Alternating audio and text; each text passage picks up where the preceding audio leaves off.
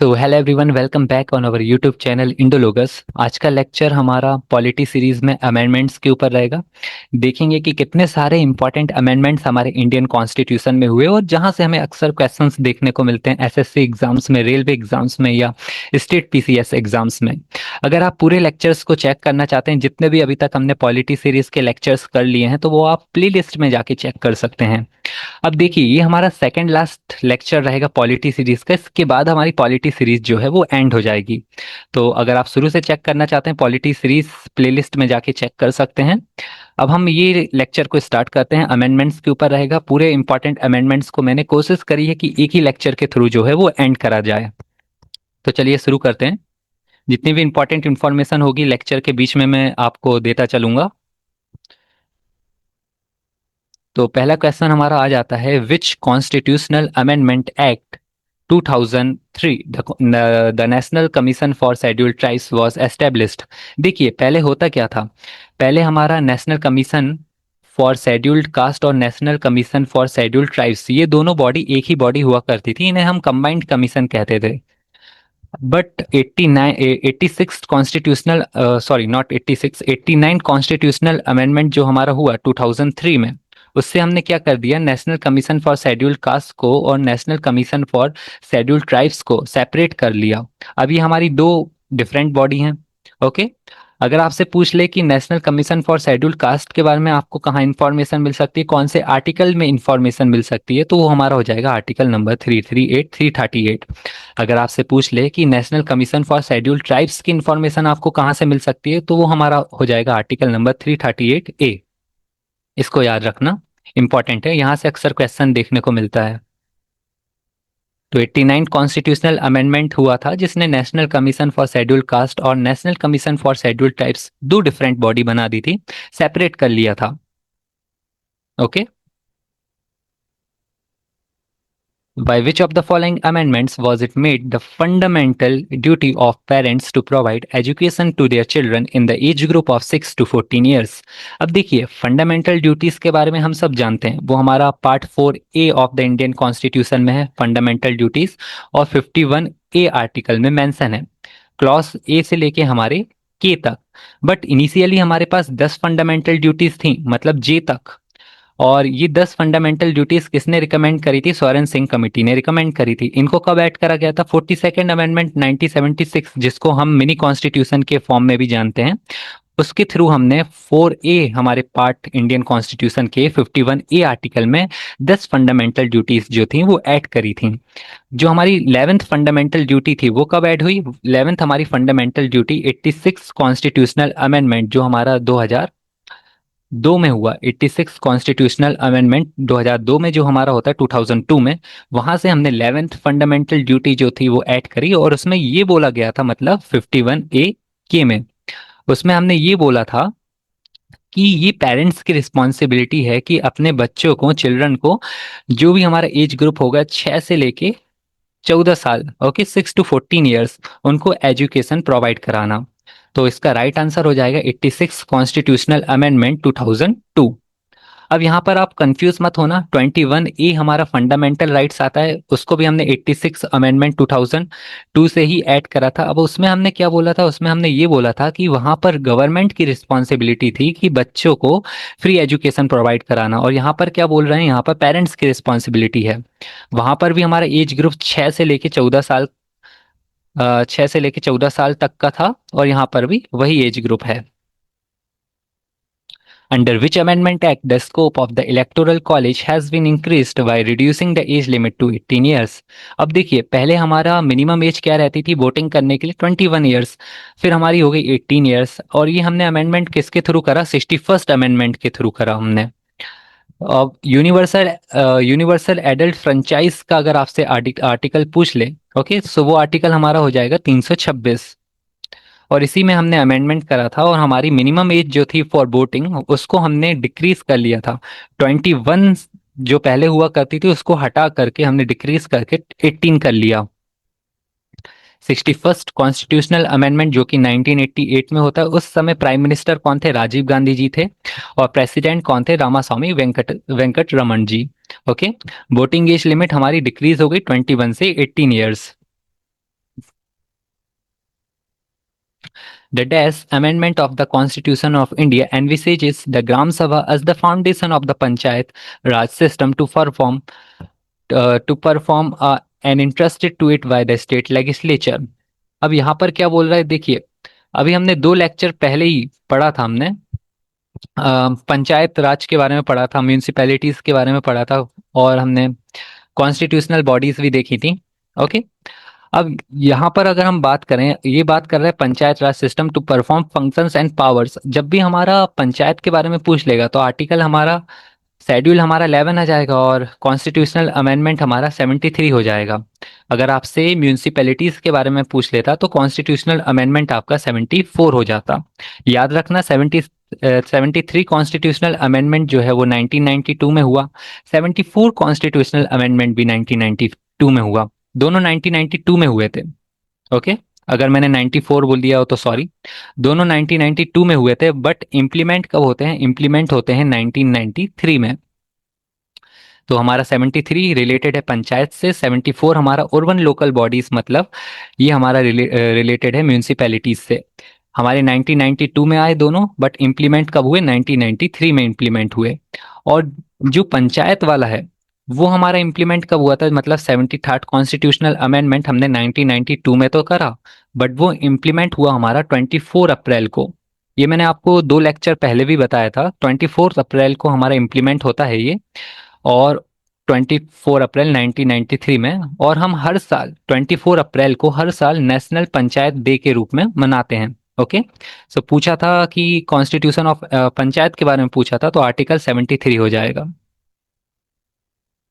73 part 9 में है हमारा, शेड्यूल 11 में है, शेड्यूल 12 में हमारा क्या हो जाएगा? शेड्यूल 12 में हमारा म्यूनिसिपैलिटीज के बारे में हो जाएगा। ये शायद हमने 3rd या 4th लेक्चर में देखा था, जब हमने ट्रिक पढ़ी थी शेड्यूल्स को याद करने की, tears of old PM, tears of old PM.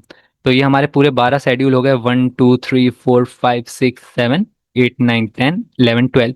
11 से हमारा पंचायत था, 12 से हमारा म्यूनिसिपैलिटीज था। ओके, सो वही सब बातें यहाँ पर है, 11 शेड्यूल में है। आर्टिकल 243 से लेके 243 ओ तक हमारा पंचायत आपको देखने को मिल जाएगा। 74 कॉन्स्टिट्यूशनल अमेंडमेंट जो कि म्यूनिसिपैलिटीज के लिए था, वो हमारा शेड्यूल 12 में है और पार्ट 9 ए में है। अब आपको कमेंट्स में बताना है कि पार्ट 9 बी में क्या है, इंडियन कॉन्स्टिट्यूशन के पार्ट 9 बी में क्या मेंशन है, कमेंट्स में बताइएगा। विच of the following amendment acts of the constitution of India conferred statehood to Goa and formed a new union territory comprising of Daman and Diu। बोल रहा है कि कौन से कॉन्स्टिट्यूशनल अमेंडमेंट से हमने गोवा को हटा के एक सेपरेट स्टेट बना दिया था। पहले वो यूटी हुआ करता था जो कि दमन एंड दीव और गोवा को मिलाकर था, बट हमने कौन से कॉन्स्टिट्यूशनल अमेंडमेंट से गोवा को एक स्टेट का दर्जा दिया। तो देखिए, 56 कॉन्स्टिट्यूशनल अमेंडमेंट होता है हमारा, जो हमारा 56 कॉन्स्टिट्यूशनल अमेंडमेंट एक्ट 1987 में हुआ था, उससे हमने क्या करा था? गोवा को जो है वो सेपरेट कर लिया था दमन और दीव से। पहले ये एक यूटी हुआ करती थी, ओके, वहां से हमने गोवा को हटा के एक स्टेट का दर्जा दिया। अब यहाँ पर जानने वाली बात ये भी है कि करंट में हमारे पास 28 स्टेट्स हैं और 8 यूटीज हैं, बट जो हमारा दमन एंड दीव पहले सेपरेट यूटी हुआ करती थी, वो हमने 26 जनवरी 2020 में उसको मर्ज कर लिया। किससे मर्ज कर लिया? दमन and Diu and Dadar and Nagar Haveli. मतलब अब दमन and Diu plus Dadar and Nagar Haveli ये एक कंबाइंड सिंगल यूटी है, और टोटल हमारे पास अभी 8 यूटीज हैं।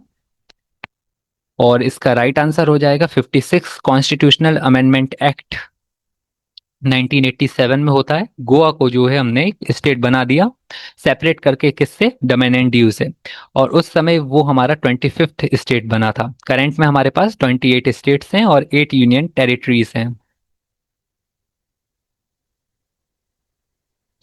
अब जो हमने ये मर्जिंग मर्जिंग करी थी ना हमने, दमन and Diu and Dadar and Nagar Haveli की, वो एक्ट ऑफ पार्लियामेंट के थ्रू हुआ था। उसके लिए हमने कुछ भी कॉन्स्टिट्यूशनल अमेंडमेंट नहीं करा था, जो 26 जनवरी 2020 में हुआ। The constitution of India was amended for the first time in which year. देखिए कॉन्स्टिट्यूशन हमारा फर्स्ट टाइम कब अमेंड हुआ, ये हमारा अमेंड हुआ है 1951 में अमेंड हुआ है। पीछे भी हमने अपने लेक्चर्स में पढ़ा था कि हमारा एक शेड्यूल जो था, कौन सा शेड्यूल, हमारा 9th शेड्यूल ऐड करा गया था।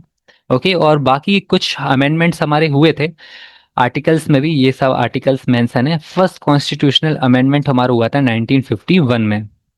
अब देखिए यहाँ पर एक और इम्पॉर्टेंट बात हमें याद रखने की जरूरत है कि जो हमारे कुछ आर्टिकल्स हैं जो हमारे फंडामेंटल राइट्स के अंदर आ जाते हैं, जैसे हमारा आर्टिकल हो गया 15, 16, ओके, फिर हमारा 19, 29 और आर्टिकल नंबर 30। ये पांच आर्टिकल्स 15, 16, 19, 29 और 30, ये पांच आर्टिकल्स जो हमारे फंडामेंटल राइट्स के अंदर आते हैं, ये केवल और केवल इंडियन सिटीजन्स के लिए हैं। अब ये पांच आर्टिकल्स कौन कौन से हैं, तो देखिए 15 आर्टिकल में क्या आ जाता है। 15 आर्टिकल बोलता है protection of discrimination on grounds of religion, caste, race, sex, मतलब इन बेसिस पर, सेक्स के बेसिस पर, रेस के बेसिस पर, प्लेस ऑफ बर्थ, रिलीजन के बेसिस पर आप डिस्क्रिमिनेशन नहीं कर सकते।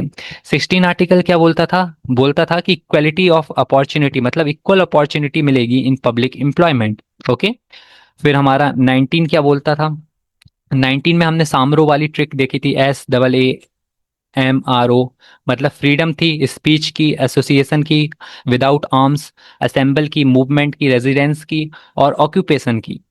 और 29 क्या बोलता था, 29 ये बोलता था कि protection of the interest of minorities. Okay, minorities के बारे में था। 30 भी हमारा माइनॉरिटीज के बारे में था, वहां पर था कि right of minorities to establish and administer educational institutions. तो ये पांच हमारे आर्टिकल्स केवल और केवल इंडियन सिटीजन्स के लिए हैं। पूछा था हमसे constitution of India first time कब अमेंड हुआ था, ये हमारा अमेंडमेंट हुआ था 1951 में। ये आर्टिकल्स हमारे अमेंड करे गए थे और 9th शेड्यूल जो था वो ऐड करा गया था।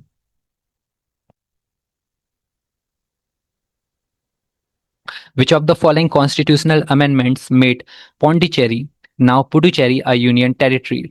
सो बोल रहा है कि अब पुडुचेरी जो था वो कौन से अमेंडमेंट के थ्रू हमारा यूनियन टेरिटरी बना। देखिए पुडुचेरी जो पहले हमारा फ्रेंच कॉलोनी हुआ करता था, अब हमारा यूनियन टेरिटरी है, बट वो कौन से कॉन्स्टिट्यूशनल अमेंडमेंट के थ्रू बना, वो 14 कॉन्स्टिट्यूशनल अमेंडमेंट के थ्रू बना।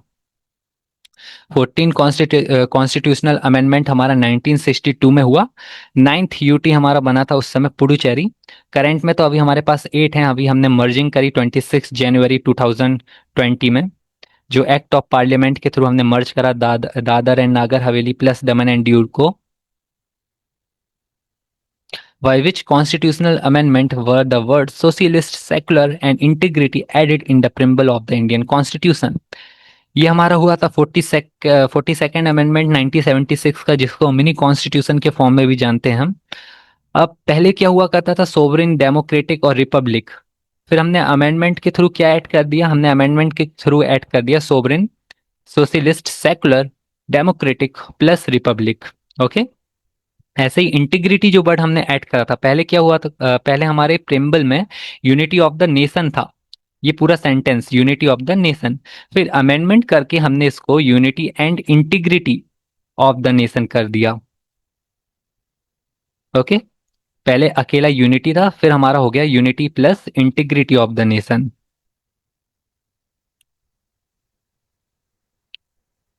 When was the right to information act 2019 passed by the Lok Sabha. देखिए राइट टू इंफॉर्मेशन एक्ट जो हमारा 2005 में आया था, उसका पर्पस क्या था, उसका पर्पस यही था कि to provide citizens the right to information from public authorities and promote transparency and accountability in government। मतलब कि जो भी हमारे पब्लिक ऑथोरिटीज हैं उससे रिलेटेड इंफॉर्मेशन जो है वो गेन कर सके कौन, इंडियन सिटीजन्स। तो ये राइट टू इंफॉर्मेशन एक्ट 2005 में आया, बट ये अमेंड कब हुआ, ये अमेंडमेंट होता है हमारा 2019, 22 जुलाई 2019 को। ओके, देखिए फोर्स कब हुआ था, 2005 में आया ये, 15 जून को इनेक्ट हुआ, केम इनटू फोर्स, लागू कब से हुआ, 12 अक्टूबर 2005, 12 अक्टूबर 2005। Certain amendment related to chief information commissioner. Okay, इस पोस्ट से रिलेटेड हमारे अमेंडमेंट करे गए, कब करे गए, राइट टू इंफॉर्मेशन एक्ट में हमारा, जो कि 2005 में हमारा इंट्रोड्यूस हुआ, उसमें अमेंडमेंट हुआ 2019 में 22 जुलाई को। Okay. Which constitutional amendment act deals with the, ये वाला क्वेश्चन मुझे एक स्टेट, मतलब मैंने कहीं तो इसको स्टेट पीसीएस एग्जाम्स में देखा था, वो याद नहीं आ रहा है शायद। एमपीपीएससी में था ये, कंफर्म नहीं हूँ इसके बारे में मैं। पूछा यही था कि किस पोस्ट से रिलेटेड चेंजेस करे गए थे, तो चीफ इंफॉर्मेशन कमिश्नर से रिलेटेड। तो अब उतना डीप में मैं नहीं जा रहा हूँ इसके बारे में, क्या था इसके टेन्योर से रिलेटेड कुछ चेंजेस हुए थे। बट आपको याद रखना है कि पूछ ले तो चीफ इंफॉर्मेशन कमिश्नर प्लस एक और इंफॉर्मेशन कमिश्नर, ये भी पूछ सकता है। ओके, दोनों दोनों पोस्ट से related. Which constitutional amendment act deals with the disqualification of MPs and MLAs. अब हमारा जो नाइन्थ शेड्यूल था डिस्क्वालिफिकेशन के बारे में, ninth not ninth schedule, 10th schedule disqualification के बारे में बताता है, राइट। 52nd अमेंडमेंट एक्ट जो हमारा इंट्रोड्यूस हुआ था 1985 में, 10th शेड्यूल जोड़ा गया anti defection law, deals with disqualification on the basis of defection of MPs and MLAs. यहाँ पर दो इंपॉर्टेंट बातें हमें याद रखने की जरूरत है। पहली, disqualification on the basis of defection 10th schedule में मेंशन है, बट उसको डिसाइड कौन करेगा? उसको डिसाइड करेगा हमारे स्पीकर हो गया, चेयरमैन हो गया। अगर डिस्क्वालिफिकेशन हो रहा है डिफेक्शन के ऊपर, बट अगर डिस्क्वालिफिकेशन किसी और बेसिस पर हो, मतलब अगर मैं डिफेक्शन को हटा दूं और किसी और बेसिस पर हमारा डिस्क्वालिफिकेशन हो रहा हो, तो वो कौन डिसाइड करेगा? वो हमारा प्रेसिडेंट ऑफ इंडिया डिसाइड करेगा। बट उसको सजेशंस लेने पड़ेंगे इलेक्शन कमिश्नर ऑफ इंडिया की, मतलब election commission of India, ECI, election commission of India जो है वो हमारा, उससे सजेशन लेना पड़ेगा। आफ्टर सजेशन जो है, ओपिनियन जो भी हमारा देगा इलेक्शन कमीशन ऑफ इंडिया, उसके बाद ही प्रेसिडेंट जो है वो डिस्क्वालीफाई कर सकता है एमपीस को, एमएलएस को, अदर बेसिस पर, अदर ग्राउंड्स पर। बट अगर बात होगी डिफेक्शन की, तो डिफेक्शन के लिए कौन डिसाइड करेगा? डिफेक्शन के लिए हमारा स्पीकर लोकसभा का या चेयरमैन हमारा राज्यसभा का डिसाइड करेगा। डिफेक्शन को छोड़कर बाकी चीजों में कौन डिसाइड करेगा? प्रेसिडेंट डिसाइड करेगा, बट उसको सजेशन लेना होगा किससे? इलेक्शन कमीशन ऑफ इंडिया से। An amendment of the constitution में बी इनिशिएटेड। देखिए अमेंडमेंट कब हो सकता है कॉन्स्टिट्यूशन का? इसका राइट आंसर होगा, राज्यसभा तो नहीं है, गवर्नर्स भी नहीं है, by the introduction of a bill in either house of the parliament. अगर आपको अमेंडमेंट करना है इंडियन कॉन्स्टिट्यूशन में, तो आप बिल जो है वो कहीं पर भी इंट्रोड्यूस कर सकते हैं, लोकसभा में भी या राज्यसभा में भी। और यहाँ पर प्रेसिडेंट की प्रायर रिकमेंडेशन जो है उसकी भी जरूरत नहीं होगी, दोनों हाउसेस से बस। बट यहाँ पर एक बात याद रखने की जरूरत है कि जो जो हमारा बिल होगा वो दोनों हाउसेस से स्पेशल मेजोरिटी से पास होना चाहिए। ओके। आर्टिकल 368 हमें अमेंडमेंट के बारे में बताता है। अमेंडमेंट के लिए बिल जो है वो आप दोनों हाउस में इंट्रोड्यूस कर सकते हैं, बट उसके लिए प्रेसिडेंट की प्रायर रिकमेंडेशन भी नहीं लगेगी। लगेगा तो क्या? दोनों हाउस से स्पेशल मेजोरिटी से पास होना चाहिए बिल को, इसके बाद प्रेसिडेंट के पास भेजा जाएगा। जब दोनों हाउस से पास हो जाएगा फिर प्रेसिडेंट के पास भेजा जाएगा, और वहां पर प्रेसिडेंट को जो है वो असेंट देना ही होगा, मना नहीं कर सकता वो। यहाँ पर उसको असेंट देना ही होगा। Can be initiated either house of the parliament, special majority की रिक्वायरमेंट होगी, प्रेसिडेंट की रिकमेंडेशन हमें नहीं चाहिए। Which constitutional amendment act paved the way for the introduction of the goods and service tax GST in India? Right answer होगा option number B, 101 constitutional amendment act. Okay, जिस जहां से हमने जीएसटी को इंट्रोड्यूस करा था, और लास्ट लेक्चर में हमने देखा भी था जो हमारी जीएसटी बॉडी है वो एक कॉन्स्टिट्यूशनल बॉडी है। कॉन्स्टिट्यूशनल बॉडी, इसके लिए हमारा आर्टिकल, कॉन्स्टिट्यूशनल बॉडी क्या होती है हमने लास्ट लेक्चर में देखा था, वो बॉडीज जिनके बारे में हमारे आर्टिकल्स मेंशन है इंडियन कॉन्स्टिट्यूशन में। और जीएसटी के लिए हमारे पास आर्टिकल 279A है। अब ये हमारी इंट्रोड्यूस होती है 101 अमेंडमेंट के थ्रू, जो कि 2016 में हुआ। और कब इन्फोर्स हुई? ये हमारी इन्फोर्स हुई 1 जुलाई 2017 में, नॉट 2016, ये होगा 2017, इसको करेक्ट कर लेना आप। Which amendment extended reservation of seats for SCs and STs in parliament till 2030? देखिए, हाँ, लास्ट में जीएसटी के बारे में हमने शायद लास्ट लेक्चर में भी मैंने आपको बताया था जब हमने बॉडीज पढ़ी थी, कॉन्स्टिट्यूशनल बॉडीज, कि इसका जो चेयरपर्सन है ऑफ जीएसटी काउंसिल, वो कौन रहता है चेयरपर्सन जीएसटी काउंसिल का? Union finance minister. अब यहाँ पर पूछा है कि कौन से कॉन्स्टिट्यूशनल अमेंडमेंट के थ्रू हमने रिजर्वेशन जो है वो एक्सटेंड करा for schedule caste and schedule tribes in parliament till 2030 तक। तो इसका राइट आंसर होगा ऑप्शन नंबर बी, 104।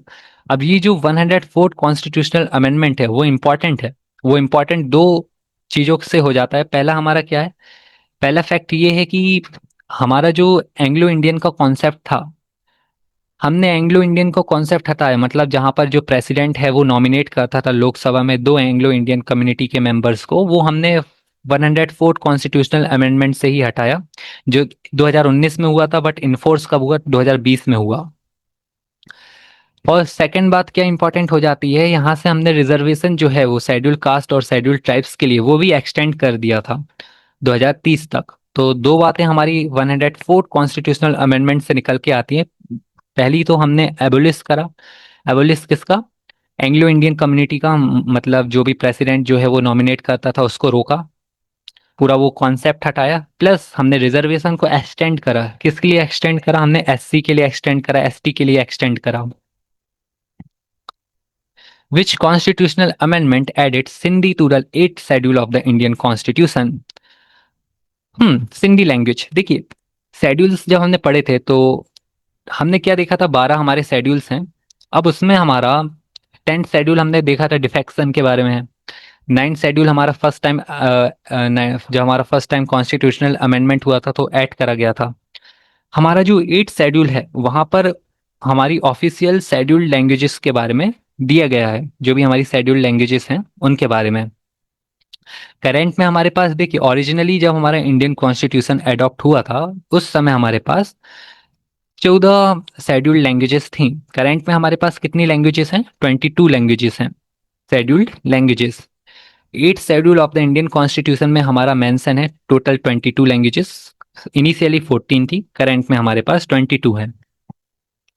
अब जो 21st कॉन्स्टिट्यूशनल अमेंडमेंट हुआ 1967 में, वहां से हमने सिंधी लैंग्वेज को जो है वो शेड्यूल 8 में ऐड करा।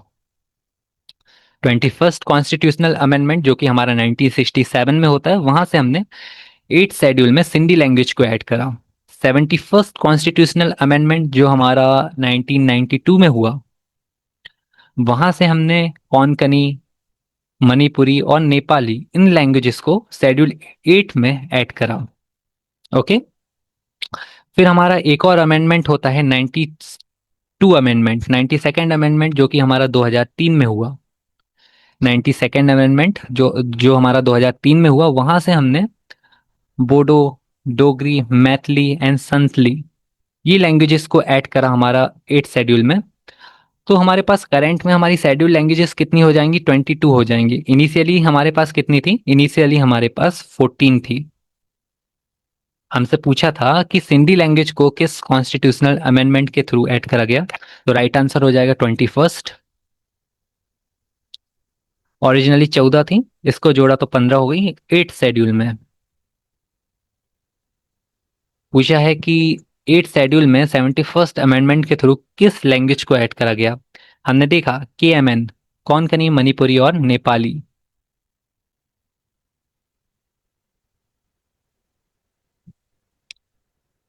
अब 71st जब हमारी ऐड हो गई तो हमारी टोटल लैंग्वेजेस कितनी हो गई? 18। The 92nd constitutional amendment added which of the following languages to the 8th schedule.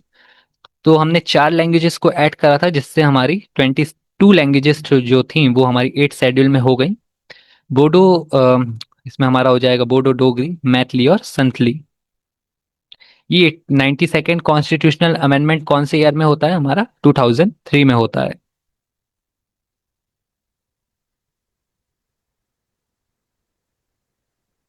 The right to property was removed from the list of fundamental rights by which constitutional amendment? देखिए, पहले हमारा right to property, पहले हमारी fundamental rights जो थे वो 7 हुआ करते थे, बट हमने राइट टू प्रॉपर्टी को हटा दिया। कौन से अमेंडमेंट से हटाया था? हमने 44th अमेंडमेंट 1978 से हटाया था, और उसको हमने एक लीगल राइट्स बना दिया। ओके, और वो हमने 300A आर्टिकल में भेज दिया। यहाँ पर एक और इम्पॉर्टेंट बात याद रखने की जरूरत है कि लोकसभा एंड स्टेट लेजिस्लेचर, देखिए हमारे जो टेन्यूर था ना, वो पहले लोकसभा का 5 साल से 6 साल कर दिया गया था। मतलब पहले 6 साल हुआ करता था 42nd अमेंडमेंट 1976 से, बट उसको भी हमने हटा के फिर से वापस से 6 साल से हटा के 5 साल कर दिया। इंक्रीज तो हमने 42nd अमेंडमेंट से करा था, बट उसको फिर से हम उसके रियल फॉर्म में लिया है, मतलब 6 साल से हटा के 5 साल का टेन्योर कर दिया 44th अमेंडमेंट से। क्वेश्चन था कि राइट टू प्रॉपर्टी को कब हटाया गया, तो वो 44th अमेंडमेंट से ही हटाया गया था 1978 में जो हुआ, और उसको हमने एक लीगल राइट बना दिया। Under the 44th amendment, a national emergency on the ground of internal disturbance can be declared only in case of armed rebellion. 44th amendment इसने डिक्लेयर करा था कि national emergency on the ground of internal disturbance can be declare only in the case of, किस case में? Armed rebellion के case में। ये हमने फंडामेंटल राइट्स में भी देखा था हमारे लेक्चर में कि जो हमारा आर्टिकल 20 के अंदर जो भी हमारा फंडामेंटल राइट आएगा, आर्टिकल 21 के अंदर हमारा फंडामेंटल राइट्स आएगा, वो हमारे सस्पेंड नहीं हो सकते इवन इमरजेंसी के टाइम पर भी। ओके, बाकी आपके फंडामेंटल राइट्स जो है वो एबोलिश हो जाएंगे, बट 20 और 21 जो है वो आपके सस्पेंड नहीं होंगे। Which constitutional amendment abolished the privy purse paid to former rulers of princely states? इसका राइट आंसर हो जाएगा option number D 26। Important question है ये। देखिए पहले क्या हुआ, हमारा जब जो हमारे नेशन को, मतलब भारत जब आजाद हुआ, तो जितने भी हमारे प्रिंसली स्टेट्स थे, उधर की जितने भी हमारे प्रिंसली रूलर्स थे ना, तो उन रूलर्स को government of India annual payment करती थी, बट उस एनुअल पेमेंट को रोका गया। ओके, एबोलिश कर दिया। कौन से अमेंडमेंट से? 26 अमेंडमेंट से, जो हमारा 1971 में हुआ। तो जो भी हमारी एनुअल पेमेंट जाती थी प्रिंसली रूलर्स को, जितने भी हमारे प्रिंसली स्टेट्स जो थे वो मर्ज हुए थे इंडियन टेरिटरी में, वो पेमेंट को रोका गया। जितने भी हमारे स्पेशल ट्रीटमेंट दिया जाता था रूलर्स को, वो रोका गया 26 अमेंडमेंट 1971 के थ्रू। और उस समय प्राइम मिनिस्टर कौन था? उस समय हमारे प्राइम मिनिस्टर इंदिरा गांधी जी थी। प्रेसिडेंट कौन था? प्रेसिडेंट वीवी गिरी जी थे। And with this we are done with today session. उम्मीद करता हूँ आज का सेशन आपको अच्छा लगा होगा। इसके बाद एक और लेक्चर आएगा हमारी पॉलिटी सीरीज का, और पूरी पॉलिटी सीरीज हमारी एंड हो चुकी है। पूरे लेक्चर्स अगर आपको देखने हैं तो आप प्लेलिस्ट में जाके चेक कर सकते हैं। टोटल 14 to 15 लेक्चर्स बनेंगे। सो मिलते हैं नेक्स्ट लेक्चर में।